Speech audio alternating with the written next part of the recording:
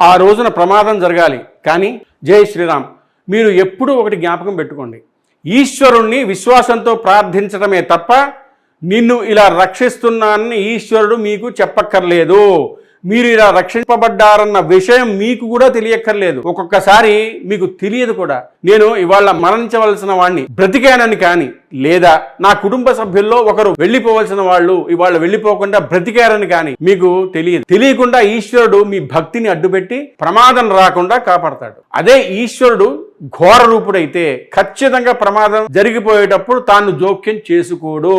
ఆయన జోక్యం చేసుకోవడానికి, ఆయన జోక్యం చేసుకోకపోవడానికి ఒక్కటే కారణం, నీవు ఎలా ప్రవర్తించావు, నీ పెద్దల దగ్గర ఎంత మర్యాద సంపాదించుకున్నావు, ఇదొక్కటే కారణం. అందుకే మొదట్లో చాలా కష్టతరమైన మార్గమైనా కూడా ఏదో ఒక నామం నోటికి అలవాటు చేసుకున్నట్లయితే పెద్ద ప్రమాదం కూడా చిటికలో తప్పిపోయి మీరు ఒడ్డున పడిపోతారు. మీకు ఇప్పుడు ఒక ప్రశ్న, మీరు ఏ భగవన్నామం నిత్యం పలుకుతారు? మీరు ఏమనుకుంటున్నారో కమెంట్ బాక్స్ లో పెట్టండి. హలో బదులు జై శ్రీరామ్ అనండి. ఛానల్ ని సబ్స్క్రైబ్ చేయడం మర్చిపోకండి. పెళ్లి సంబంధాల కోసం మా టెలిగ్రామ్ ఛానల్ మ్యాట్రిమోనీ ఇండియాలో జాయిన్ అవ్వండి.